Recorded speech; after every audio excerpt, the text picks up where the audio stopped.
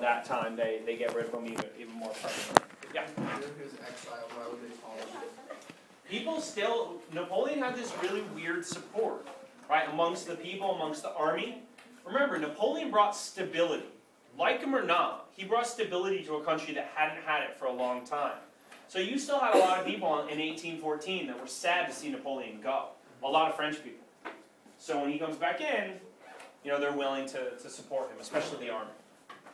Okay, so 1914, Napoleon will be defeated. The four big countries, this isn't an exclusive list, but the four big countries that participate, that the Austrians, the Prussians, we're still calling them Prussian, we'll very soon be calling them German, but not yet, the Russians, and Great Britain.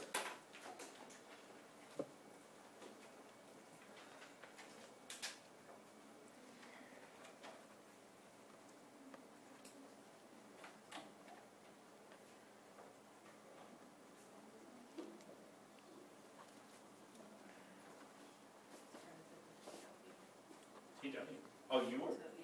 Oh, I don't think he gets here until 4th or 5th period.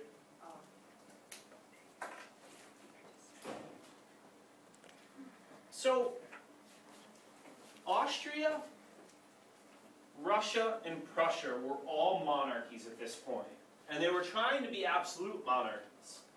Right? And they're trying to limit the rights that the people within their countries have. Right? That's what an absolute monarch does. They want to have as much power as they can. Limit everybody else's power. Right now, if we went back to our Sesame Street days and we played which of these is not like the other, right? Great Britain doesn't fit. They have a constitution.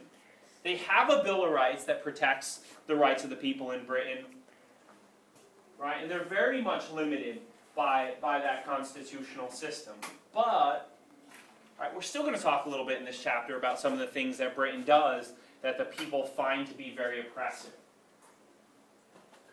Right, so Russia, Austria, and Prussia have a very large self-interest at seeing monarchy restored to France. Right? They thought if France had a representative government, then that was going to become contagious. Everybody was going to want a representative government. Right? So they said, look, we're going to restore the Bourbon family. Now, if you remember way back to French Revolution days, what happened to the last Bourbon in the form of Louis XVI? Jacob's like touching his neck involuntarily, right? And you're right, Jacob, of course, that he got his head chopped off.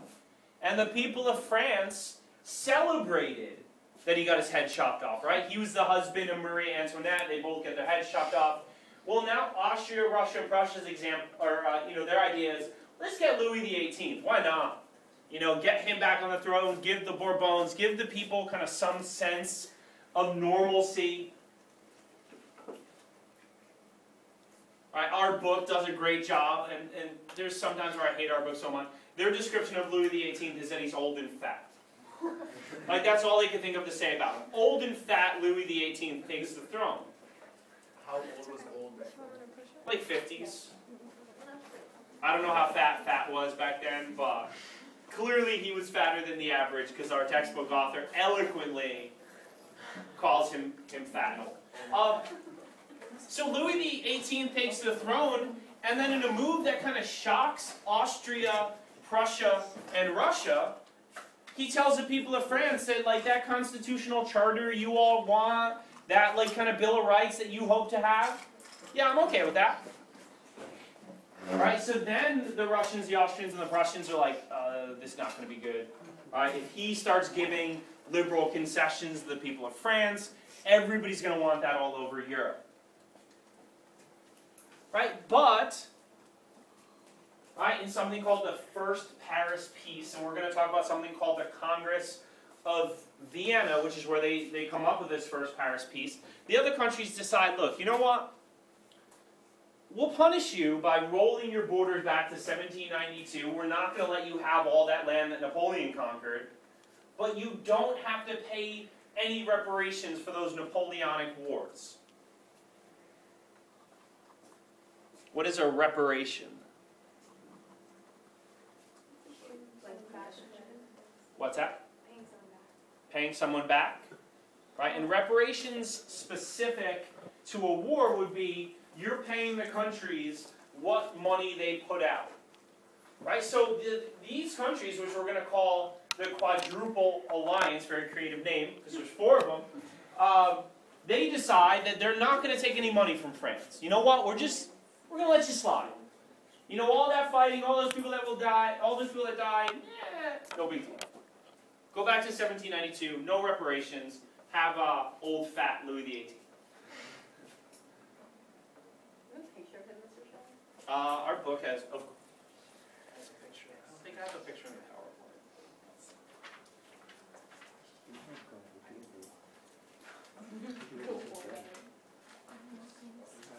No, I guess there's not a picture of old fat Louis XVIII.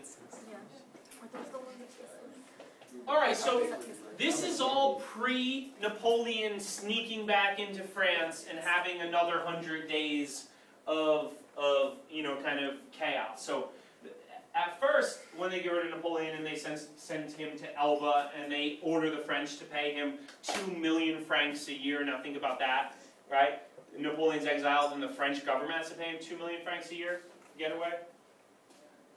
Right? Well, to take a quote from the fine scholar of American Times, Eminem, guess who's back? It's not some shady this time. It is Napoleon. Do you now know who Eminem is? Yeah. Oh my gosh. He doesn't know who I don't know. So February of 1815, Napoleon sneaks back in. He kind of gathers himself a support of the military, and he wages a bunch of wars against the Allies. The Allies were well prepared to deal with Napoleon. He never really posed much of a threat to the rest of Europe. And at the Battle of Waterloo, he'll be defeated a final time. And they say, okay, we're going to exile you, but we're going to send you farther this time. And they send him to St. Helena, which is off the coast of Africa. And, you know, we will not hear from Napoleon again militarily in France, but he does go on to write a memoir where he, you know, makes himself out to be this, you know, beloved figure in France, and he did all these amazing things, and it was all him, and it was no one else, and he's the best, and everybody else stinks. France will never be the same without him. Did he do anything in Africa? No. No, he goes on, yeah, goes on to live out his exile in St. Helena, and then gets poisoned. Not a good end for Napoleon. So, after these 100 days, the Quadruple Alliance, not as happy with France. They take a little bit of their land, they force them to pay an indemnity, which is a one-time payment of 700 million francs, and then they are going to occupy France for 5 years, and France has to cover that cost.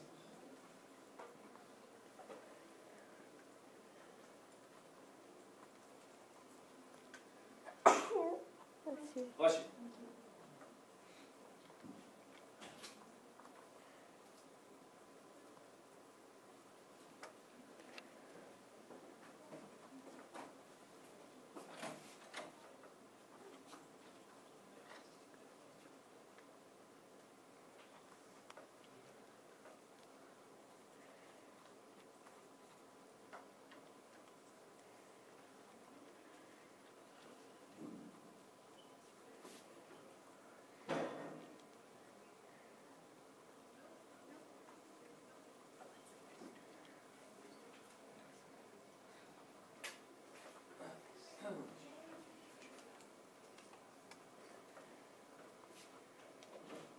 They just told me that I'm getting a really big raise. Awesome. How's that fun? You guys? I use francs. Alright, so you want to make sure that... What's that? Euro is literally 9 Oh yeah. years old. Jim, whatever your name No, is. actually 10. Um, Now, Skinny no, music I guy. love that. Yeah, no, totally. Alright, so you just want to know, like, you have these two kind of peace agreements. The first one before Napoleon comes in and kind of goes crazy, and the second one after Napoleon comes in and goes crazy. The second one, more of a punishment. right? And the fear that the Allies had, you know, this quadruple alliance, was that if they gave France a really big punishment at the beginning, that they were going to create a lot of hostility within France for everyone else. So they were trying to be nice, but then Napoleon messed it up. And for those of you that know your history, think about World War I. The world blames it on Germany, makes them pay all of this money, makes them take all of the blame, and then the people of Germany were bitter towards everybody else. You know, and that bitterness ended up turning itself into World War II. And that's what the Quadruple Alliance was looking to avoid. They did not want another European-wide war. Right? And they had just finished about 100 years of fighting. Right? If you think back in the history we've covered so far, 1648, we have the 30 Years' War, which was a huge, widespread European war. Right? France gets involved, Denmark, Sweden get involved, you have Austria, and you have all the German areas involved. That's 1648. Right? Fast forward 70 plus years to the War of Spanish Succession, when Louis XIV, right, the world feared that he was going to take the throne of France and Spain, so they all declare war on him. Right? They end up, deciding in the Treaty of Utrecht to balance power and make an agreement. Right? From 1715, you have all of these colonial wars, whether it was the French and Indian Wars or the 7 Years' War between France and England. Right? You have wars within Europe when France starts their revolution. You have Austria and Prussia that attack France. You have the Napoleonic Wars. Europe is ready to be done with war. Right? And if it means that they have to forgive a little bit, then they were willing to do it. Now, they get less forgiving after Napoleon, but they still maintain that spirit of forgiveness. Okay, this whole period that we're embarking on in 1815 is our book and other books, not just our book. They call it the Dual Revolution. Right? We had seen political revolutions happen in France and the United States and in Haiti. Now we're seeing this dual revolution, right? Which is where the economic, revolution, where people want more economic equality, is going to start to kind of fuse together with people that want more political equality.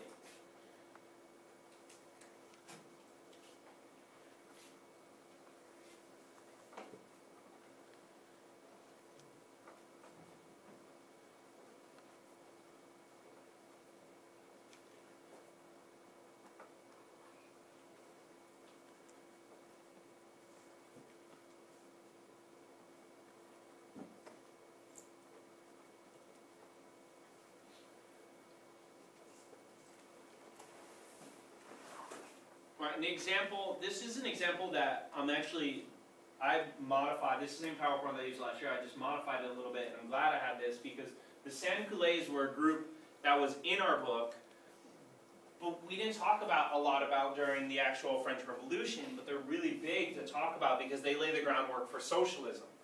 Right? They're the group of peasants, right, that are revolting in France during the Revolution.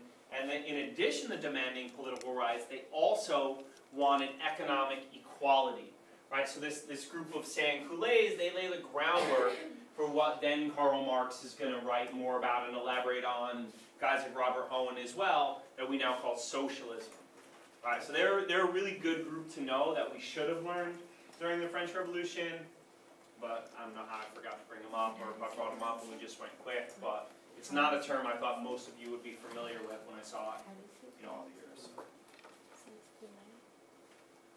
It means like they don't have pants because I guess they were wearing shorts, right? It means like pantless, right? It's underwearless. Underwearless? Yeah. Our book says pantless, but that's awkward. I don't know what they did in the line of undergarments, but. Alright, easy. At least I didn't say it too loud. Alright, so all of that we just discussed was a product of something called the Congress of Vienna.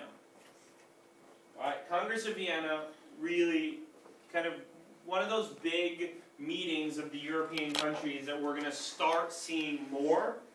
We'll talk about Congress of Vienna. When we get to the Scramble for Africa, we'll talk about something called the Berlin Conference. So what we're starting to see is that the European countries are actually going to start talking to each other and trying to avoid war. which is pretty novel because that did not really happen. They had been very kind of individualistic, right, and just did what was best for them. If it meant war, they did it. Okay, so when we look at the map of 1812, right, this is as Napoleon is making his horrible decision to invade Russia. He's got a lot of the world, the European world, kind of under his thumb, right? Whether it's all of the land that's in that like darker green that he directly controls. I don't know what color you call this. It looks gray to me. But that color there, those are satellites. For a while, he makes an alliance with the Austrians and the Prussians. And then in 1812, he goes back on that when he invades into Russia and goes right through Austria and Prussia. So, right, you think if Napoleon stops here and never invades Russia, it's a pretty big chunk of land that he's going to kind of hold on to. But alas, we know that he's going to have a little bit too much pride and think that he's the one that's going to be able to invade Russia. Big mistake. So Congress of Vienna is 1814 and 1815. And they're like number one is figuring out what to do with this map. Right? Like, how are we now going to redraw this map now that Napoleon's gone? So that's a huge part of what they have to do. I'll give you guys a minute to sketch this picture in your notebook. Why is that funny? Just kidding. It's really not funny. Sorry. Oh. I thought of that joke this morning. I thought that was going to kill. So sure, you should stick to your jokes. Yeah. Like, you should just like commit. No, but I do find it more funny to talk about how awkward it is. Like, I like to bring up how that's more of the joke. Okay. So, all right, some of the objectives of the Berlin Conference. First. Clever. Undo everything that Napoleon had done. Right. So you want to look at all of what Napoleon had done territorially, right, and all the land. Sorry, I struggled with that word. It's been a long weekend. And kind of undo that all. And also, think about the things like the Napoleonic Code. He writes his code of laws, and like everybody else in Europe now wanted a code of laws for their country. So they're going to try to undo some of that. And those liberal ideas that he kind of cultivated a little bit, they want to make sure they don't spread. All right, so obviously push France back to their 1792 borders, which was bigger than France was in 1789. So they still gained a little bit of land even after being defeated in the Napoleonic Wars. Do you have a content-appropriate question, unlike your last comment, which was completely inappropriate? Go ahead. It was funny. It was offensive. All right, go ahead. What's your question? Yeah. This is under the Congress of Vienna. Right. This is all Congress of Vienna. Yep. These are all the objectives of Congress of Vienna. They wanted the Austrians, the Russians, and the Prussians wanted to make sure that there was as many monarchs in Europe as they could have. Now, the reason behind that is that Austria, Russia, and Prussia are monarchies. They're the continental Europeans that are on the front line dealing with issues in Europe. They want to make sure that there are more monarchies. They find republicanism threatening, right? They see it as a major threat.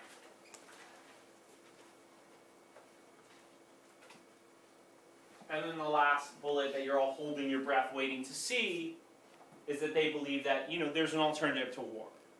Right? And this is the same principle that the world's going to come back to after World War II, right? That there has to be an alternative solution to war. Now, after World War II, we come up with something called the United Nations, which is a worldwide, essentially, Congress of Vienna.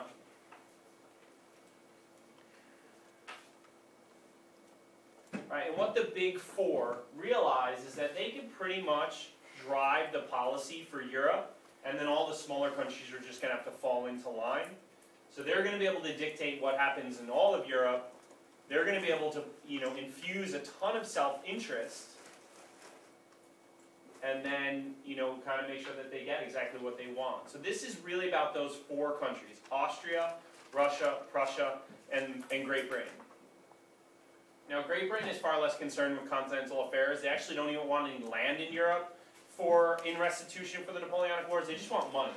They're like, give us that 700 million franc indemnity, and we'll go back to Britain, we'll leave all the rest of you continental Europeans alone, you divide up the land however you want, we don't really care what you do with it.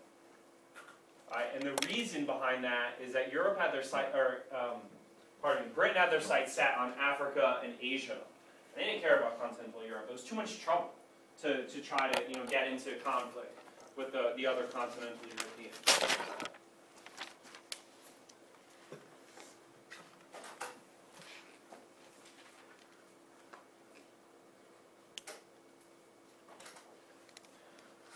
Alright, so if there's one person you know at the end of this, besides Napoleon, it's got to be Metternich, right? Metternich is the name you must know. He is the guy of the Congress of Vienna. He hosts it in Austria. He's the guy that's going to leave the Congress of Vienna and form something called the Holy Alliance. You got to know Metternich. Now, it'd be really good to know the other 4 people on here, but Metternich is a non-negotiable.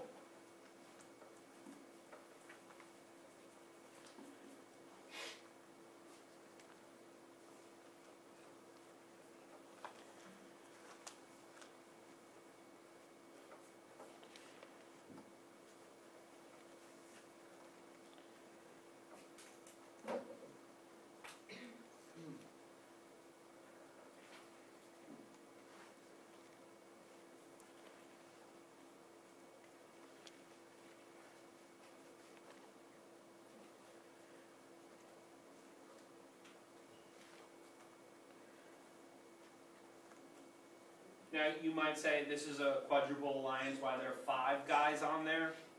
Even though the French were not officially part of the quadruple alliance, Talleyrand, the guy that's going to do a lot of the negotiating for France, still has a pretty big influence. They're just not included in the actual alliance. And plus, I didn't know what the word was for a 5-way alliance, so I just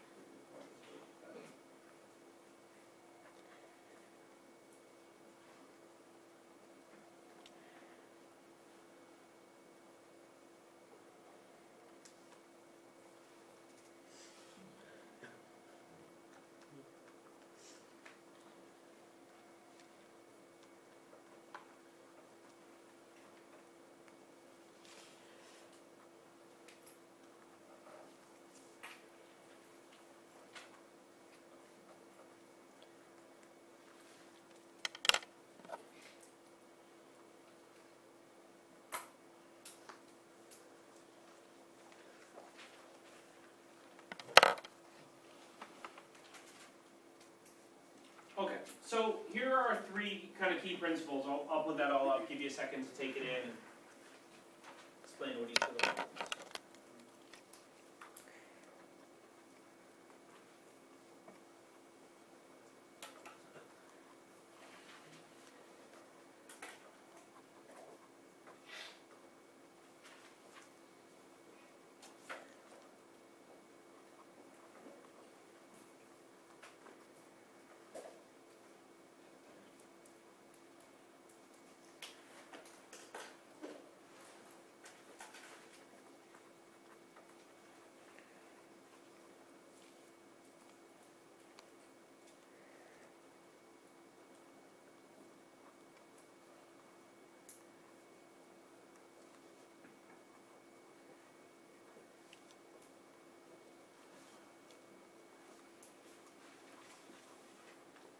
Okay, balance of power we know, alright, and that's an easy one.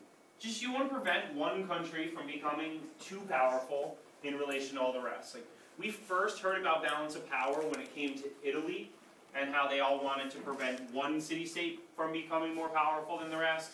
We heard about balance of power again after the War of Spanish Succession, where people feared that Louis was going to take the throne, Spain and France. That would have been way too much power. Now we're hearing about it again, right? And we're not done. After the Franco-Prussian War, we'll talk a little bit about balance of power. After both world wars, we'll talk about it. Right, just preventing one country from having more power than the rest and then pushing everybody else around. legitimacy, this is bringing legitimacy to the absolute monarchies of Europe, right? And really trying to prevent liberalism from spreading. So here you are, a monarch, right? You're Tsar Alexander I of Russia. You don't want liberal ideas spreading around Europe because that means you lose power. And then the last, their compensation. They did, especially after that second stint of Napoleon, they wanted to be compensated, right? And the idea here is, okay, we're going to have some leniency for France, but we're going to make sure that they're never going to be able to attack the rest of Europe again. And does that work? Yeah, this one, absolutely, right? After the Napoleonic Wars, France is a second-rate military power in Europe. Right? They're very shortly going to go to war with the Prussians and lose badly. Right? They're badly defeated in the initial stage of both world wars. Right? So when you look at this one, no doubt about it that France's military power is going to be cut big time by this Congress of Vienna. Okay, I did not want to give you the list of all the territorial changes because I could have listed 25 different pieces of land that changed hands and none of you would probably remember most of them, and that's okay. Just know that Britain doesn't want land on continental Europe. They don't care. They want money. Prussia wants some land in their western border. The Austrians are going to gain some land that formerly belonged to France and Italy. And Russia is going to gain a big chunk of what used to be Poland. Right? So countries wanted a reward, and then they wanted a buffer area between them and France. Right? And that's going to come in the form of the Prussians. And we'll talk about how they, I think our book calls them the Sentinel on the Rhine. Right? They were supposed to protect the Rhine River and not make sure that the French never got past there again.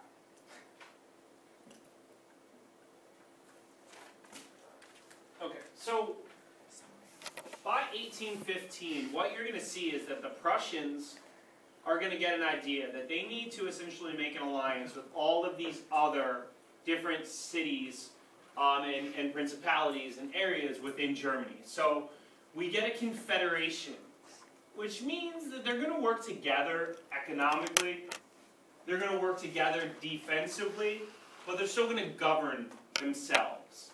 But it's going to be kind of one of the first steps on the road to German unification, right? So all of these different areas are going to agree to work together.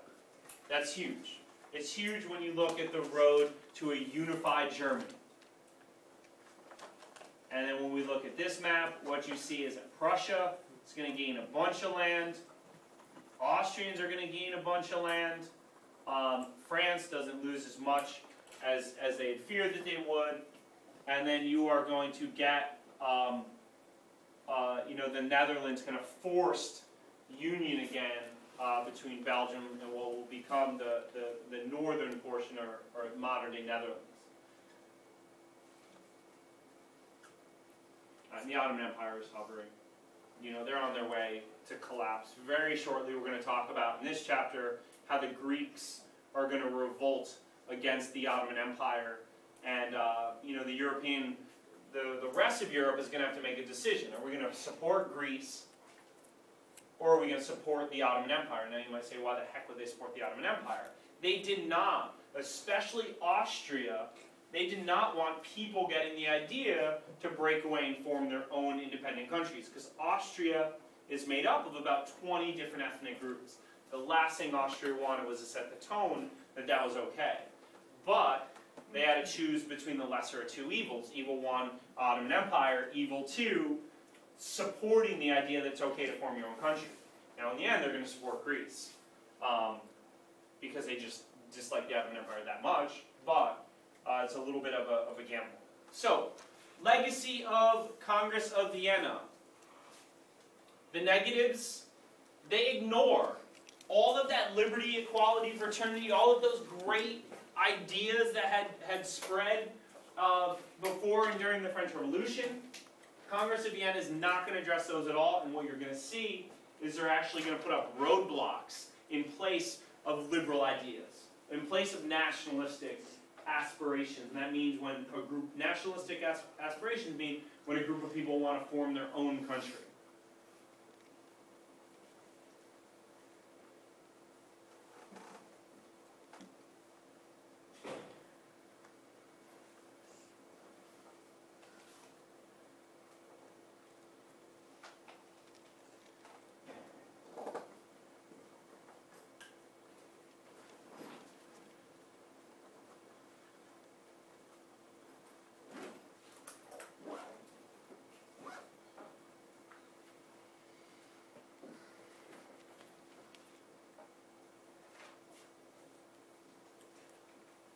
And then let me put up all three of them and then give you a minute to copy and we'll discuss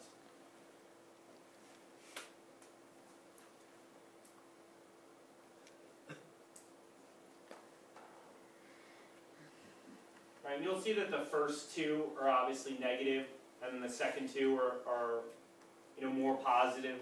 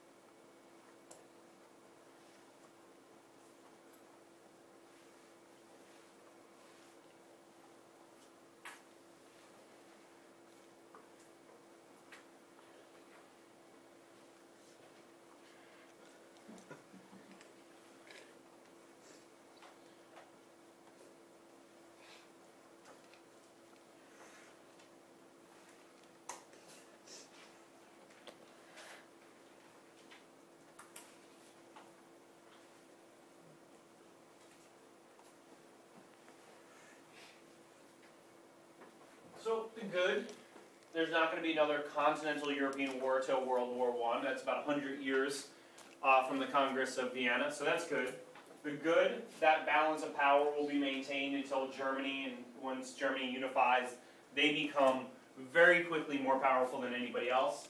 The bad, right, these liberal concerns that people wanted, equality, they wanted freedoms, Congress of Vienna ignores that. And they restore monarchies, and absolute monarchies all throughout Europe. But they underestimate that those national liberal ideas, they just think they're going to go away. If we're repressive enough, people will just stop demanding rights. If every time people demand rights, we imprison them, we kill them, we beat them, then they'll just eventually stop. But that's not the case at all, right? And we're about to get into a major age of revolutions and revolts all throughout Europe, where the people of Europe tell the governments that we've had enough. You know, we want there to be more rights. Right? And the governments respond very cleverly by giving people like a little tiny bit more rights, and then just like going back and doing the same things right after that once people stop revolting.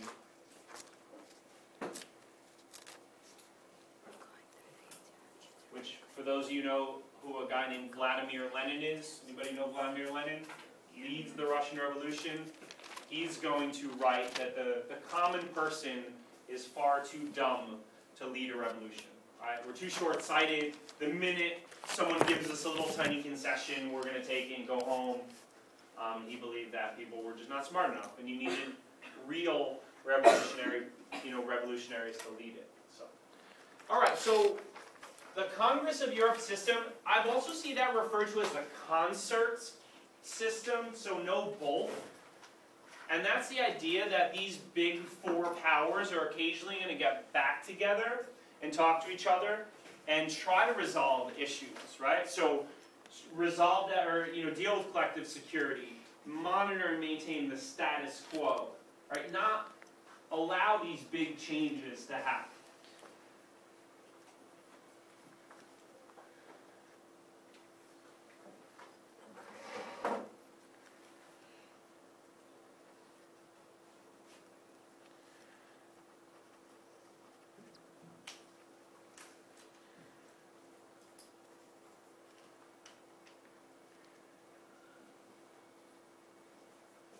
So you want to know that as the Congress or concert system, where they meet to try to discuss rather than go to war.